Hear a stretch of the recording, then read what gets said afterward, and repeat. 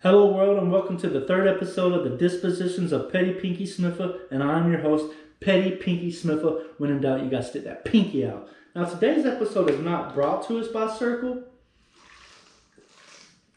See that pinky extension? I be feeling like a hamster drinking out my Circle bottle. Now it is not brought to us by Circle, but hopefully we can get an endorsement deal from Circle because them cartridges starting to add up, you know what I'm saying? About $3.75 a piece is not bad, but you go to some grocery stores, they're talking about $4.50, $4.75 for a Circle cartridge. These are not jewel pods, you know what I mean? And one thing to Circle, PSA to Circle. Y'all talking about these cartridges are equivalent to 6 20-ounce bottles of water? That's cap, because after about my third or fourth refill, I'm looking for some more flavor. But today's episode is about the way we consume music nowadays compared to how it was whenever I was growing up. Because it's been a big change. Nowadays, we got streaming services. Back in the day, I'm going and spending $15 to $20 on a CD and only getting 3 good songs. Actually, my first piece of music that I bought with my own money was on a tape cassette. And that just sounds like a fossil. But it was I Got the Hookup soundtrack by Master P. And I got it at Walmart. And don't buy no rap albums from Walmart because they do not sell parental advisory CDs or albums. But they do sell rated R movies. So make it make sense. But I remember I bought the I Got the Hookup album with my own money. I think I cut some grass for it. And I got home and it literally only had 2 good songs on it. Maybe 3 at most. And at the time on a tape cassette, ain't no skip button. You literally just listening or you fast forwarding and rewinding. And after you get to a certain spot on the tape, you got to flip it over just to hear the rest of it. So inconvenient back then. I remember you could also buy singles back in the day. Like you could just go to a record store and they'd have a single. I remember buying the single of the Macarena. And most of the times you would buy the single, they would have the, come on, Bella. Come on. Get up here. I got you. Come on. Come on. Oh, we got up here today, y'all. We got up here today. But I remember, Bella, you made me forget what I was thinking. You made me forget what I was saying. Oh, yeah, that's what I was talking about.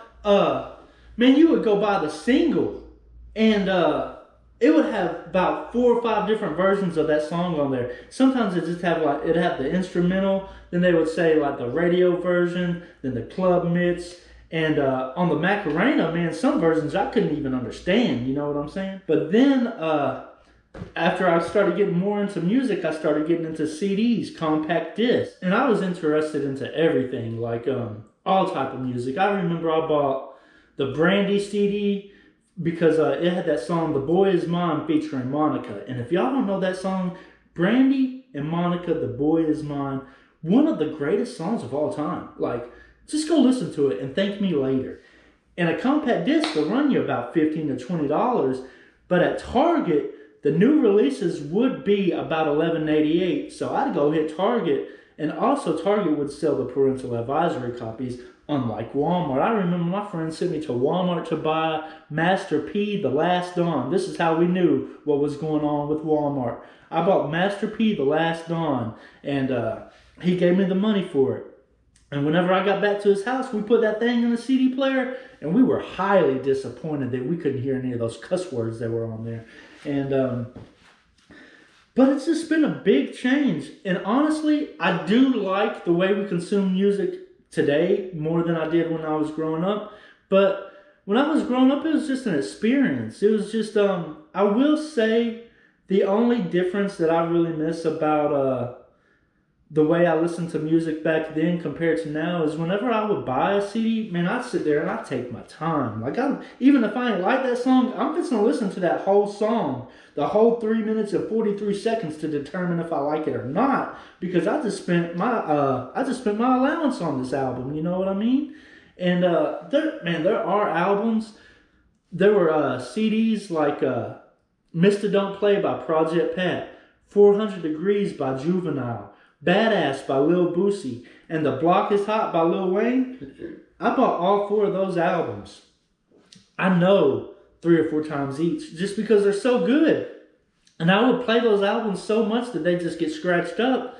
And because back in the day, you ain't have this. I'm putting a whole portable CD player in my front pocket while I'm riding a bike. And if you ain't got no skip protection or no, I think it was called ESP, the higher the ESP, the better skip protection it was. But if you didn't have that on your portable CD player, anytime you move, that thing finna skip. And man, I do not miss carrying. And then you got to change out the batteries. Oh my God! At least now I can just charge this thing up. But back in the day, I used to hit my grandfather up for some AA batteries back in the day. He used to have a big old metal can like that. And almost every other weekend, I'd have to go over to my dad's house, unfortunately. And we go see my grandfather. Not always asking him, like, hey, you got some extra batteries? Because I needs them. Man, my CD book collection? My CD book was like a Pokemon card collection, to be honest. I remember I had all the 3-6 Mafia, all the Cash Money, all the G-Unit, all the No Limit. Man, everything just put together, and I'd even have the CD behind the book. That way, whenever you open, you could just see the booklet. And, man, getting CD, that's one thing I do miss, is nowadays, if you do buy an album off a streaming site, you don't get the booklet.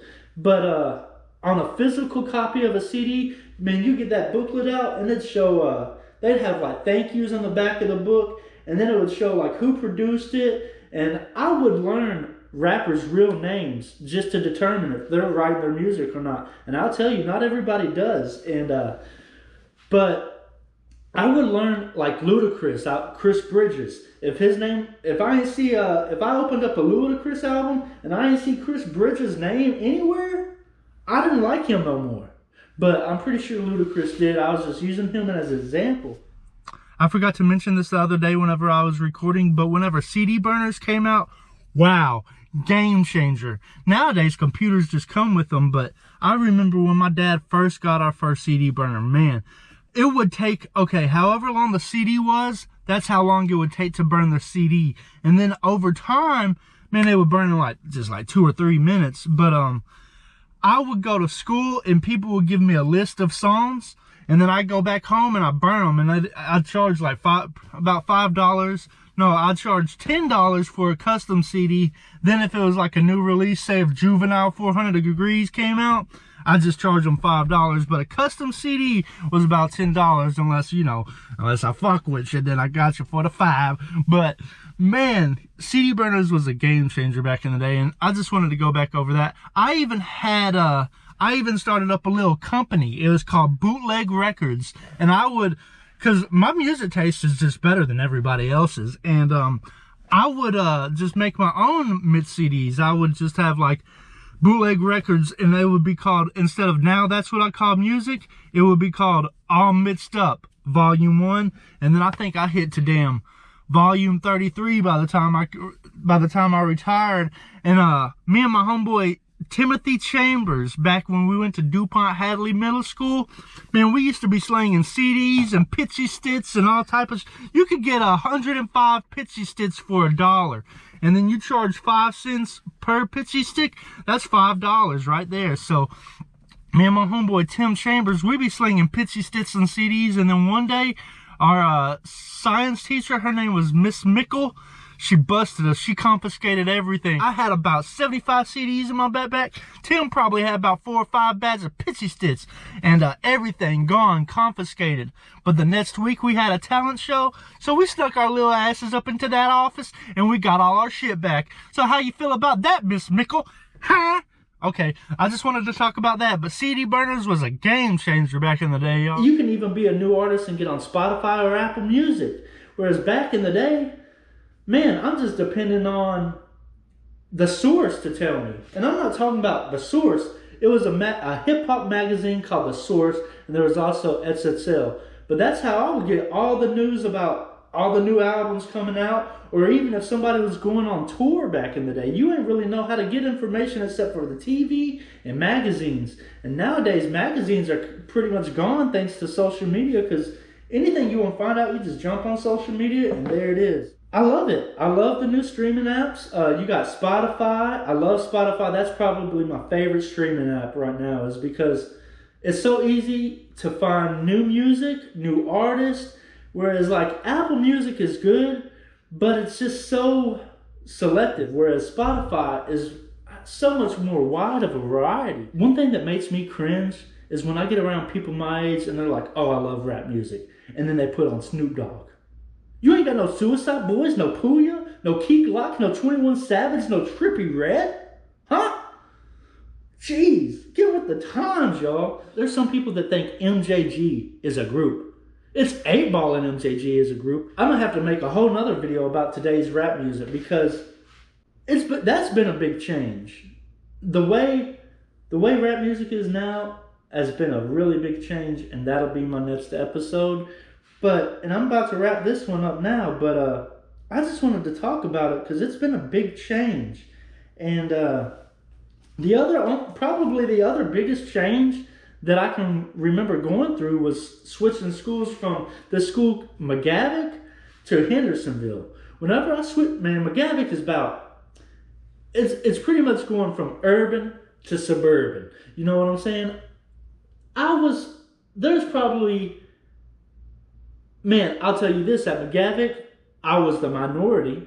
And then when I switched to Hendersonville, I thought it was segregated. I ain't gonna lie to you, because I would see black people, and I'm sorry to say it like this, but it's just how it was, but they would be whiter than me. I'm walking around, I got tall tees and Jabos and Air Forces. This dude wearing Abercrombie and Fitch.